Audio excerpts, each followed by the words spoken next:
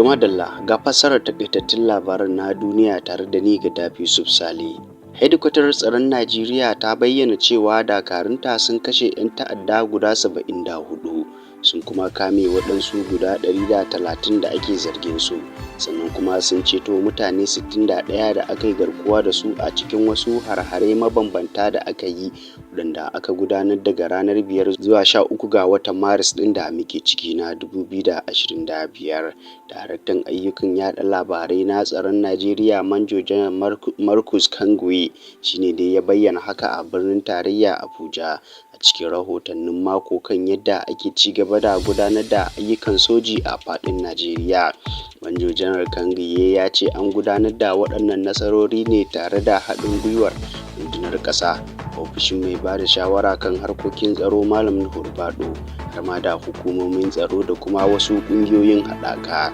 Ya kuma ƙara da cewa dakarun sun ƙwato makamai aƙalla iri-iri daban-daban guda 71, wanda ya haɗar da bindigogin AK-47 guda 32, sai kuma bindigogi da ake ƙera na cikin gida aƙalla guda 15, sai kuma bindigogin gargajiya guda 9, da kuma bindigogi masu fitar da harsashe guda 3, sai kuma bindigogi ƙananu guda 2 da kuma waɗansu masu makamai guda 3. To daga fadar shugaban ƙasa ma kuma za ku ji cewa shugaban ƙasa Bola Ahmed Tinubu ya bayyana cewa da dalilin da ya sa gwamnatinsa ke aiwatar da sauye-sauyen tattalin arziki shine kare muradun al'ummomi da ke zuwa nan gaba kenan. Ya ce akalla tsawon shekaru 50 da suka wuce Najeriya ta kashe kuɗin al'ummar da ba a haife su ba ma, kuma hakan yana ƙara wahalar da tsarin makomar ƙasar Najeriya. Shugaba Tinubu ya yi wannan jawabi ne a fadar shugaban ƙasa yayin da yake karɓar tawagar tsofaffin 'yan majalisar dokoki na jamhuriya ta uku wadda aka kammala ba lokacin da yake matsayin sanata mai wakiltar jihar Lagos ta Yamma. Shugaban ya kuma bayyana irin ƙalubalen da gwamnatinsa ta fuskanta a farkon mulkinta, musamman a ɓangaren tattalin arziki da zamantakewa.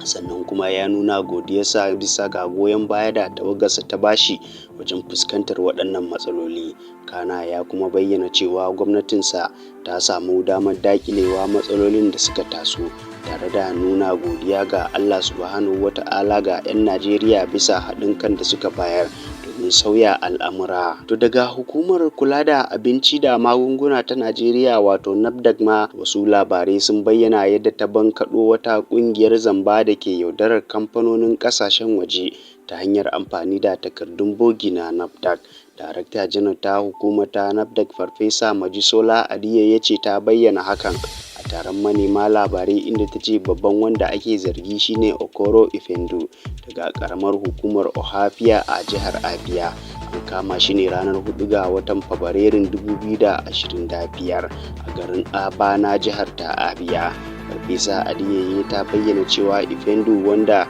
ya kasance bai wuce kammala karatun sakandare ba wato SSCE, kuma bai da wasu kayan kasuwanci na daban, sannan kuma yana kwaikwayon jami'an na hukumar ta NAFDAC domin yaudarar kamfanonin kasashen waje da karɓar kuɗi masu yawa daga hannunsu. Ana zargin Ifendu da jagorantar hanyoyin damfara da suka shafi kamfanonin a kasashen waje daban-daban, inda ɗaya daga cikin kamfanonin da aka yaudara shine Sa'al Ma'aini Trading Group da ke birnin Abu Dhabi na haɗaɗɗiyar daular Larabawa wato UAE. To daga matatar man fetur ta Dangote ma kuma za ku ji yadda ta sake rage farashin lodin man fetur na Naira 825 zuwa Naira 815 kan kowace lita, lamarin da ya ƙara tsananta yaƙin farashin ɓangaren kasuwancin mai a Najeriya. Rahotanni sun nuna yadda 'yan kasuwa suka ci gaba da cin gajiyar Naira 10 ta hanyar samo man fetur kai tsaye daga matatar ta Dangote,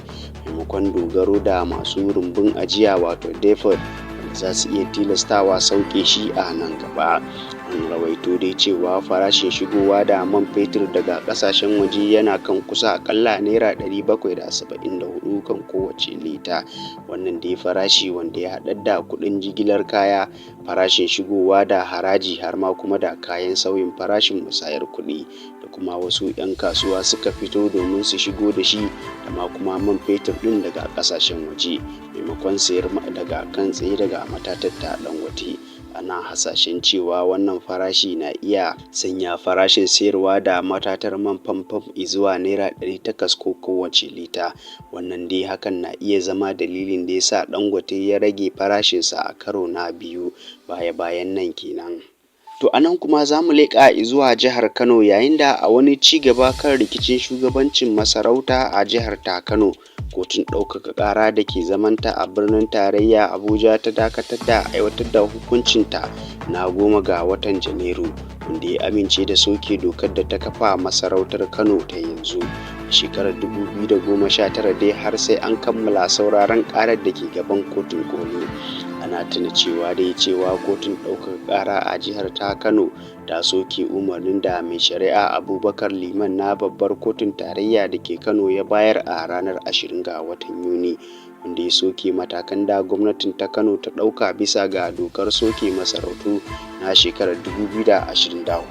ciki har da naɗin Sarki Sanusi Lamiɗa Sanusi na biyu a matsayin sarki na Kano na 16 kenan. Kotun ɗaukaka ƙarar ta jihar Kano, wadda ta zauna a birnin tarayya Abuja, ta yanke hukuncin cewa umarnin mai shari'a Liman ya bayar baya yana da tangarɗa, saboda bai da hurumin sauraron irin wannan ƙara. Bayan shirin da ya kuma rashin gamsuwa da hukuncin, gwamnatin jihar ta Kano ta ɗaukaka wannan ƙara zuwa kotun koli, sannan ta shigar da buƙatar kotu da ta dakatar da aiwatar da hukuncin har sai an yanke hukuncin a kotun koli.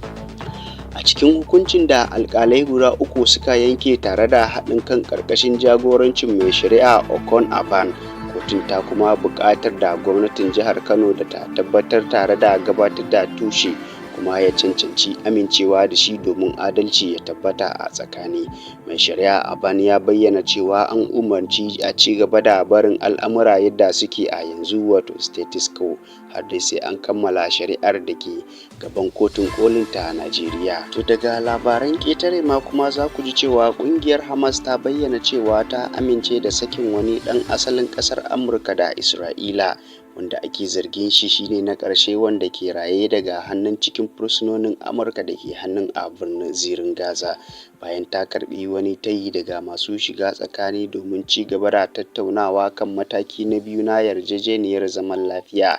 Ƙungiyar ta Hamas dai ta ce za ta amince da wannan tayin ne domin ci gaba da tattaunawa tare da niyyar sakin gawarwakin wasu fursunoni 4 da ke da ɗan asalin ƙasashen guda biyu, wato dual citizen. Wasu jami'ai na Hamas ɗin dai sun shaidawa Reuters cewa sakin fursunonin na ƙasar Amurka da ƙasar Isra'ila da kuma wasu gawarwakin fursunoni guda 4 ya ta'allaka ne da fara tattaunawa kan mataki na biyu na yarjejeniyar zaman lafiya, tare da buɗe mashigai da kuma cire cikakken takunkumin da Isra'ila ta sanya makonni 2 da suka gabata. To daga labaran wasanni ma kuma za ku ji cewa Marcus Rashford tare da Jordan Henderson sun samu kansu cikin jerin 'yan wasa na farko da Thomas Tuchel ya kira domin wakiltar ƙungiyar ƙwallon ƙafa ta Ingila, yayin da Melis Lewis Kelly na ƙungiyar ƙwallon ƙafa ta Arsenal da kuma Vaughan na ƙungiyar ƙwallon ƙafa ta Newcastle United su ma sun samu kira a farko na rayuwarsu. Rashford bai buga wasa da ƙungiyar ta Ingila, wato Three Lions, ba tun shekara guda da ta gabata, amma tun da baya da ya samu matakin aro zuwa ƙungiyar ƙwallon ƙafa ta Aston Villa daga ƙungiyar ta Manchester United a watan Janairu, ya dawo cikin ƙoshin lafiya da kuzari. Hakanan ma a nasa ɓangaren shi ma Jordan Henderson ya buga wasansa na ƙarshe cikin wasanni guda 81 da ya buga wa ƙasar ta Ingila tun a watan Nuwambar shekarar 2023. Sauyawarsa zuwa Saudi Arabia sannan daga bisani zuwa ƙungiyar ƙwallon ƙafa ta Ajax su ne suka sanya tsohon kyaftin ɗin na Liverpool ya fita daga cikin tsarin Southgate, wato ƙarƙashin jagorancin na tsohon kociyar ƙungiyar ta Ingila. Tuchel dai ya karbi jagorancin kungiyar a hukumance tun a watan Janairu, ya kuma fara jagorantar kungiyar ne a wasan farko da ta buga da ƙasar Albania. Tuma da fassarar takaitattun labaran na duniya kenan.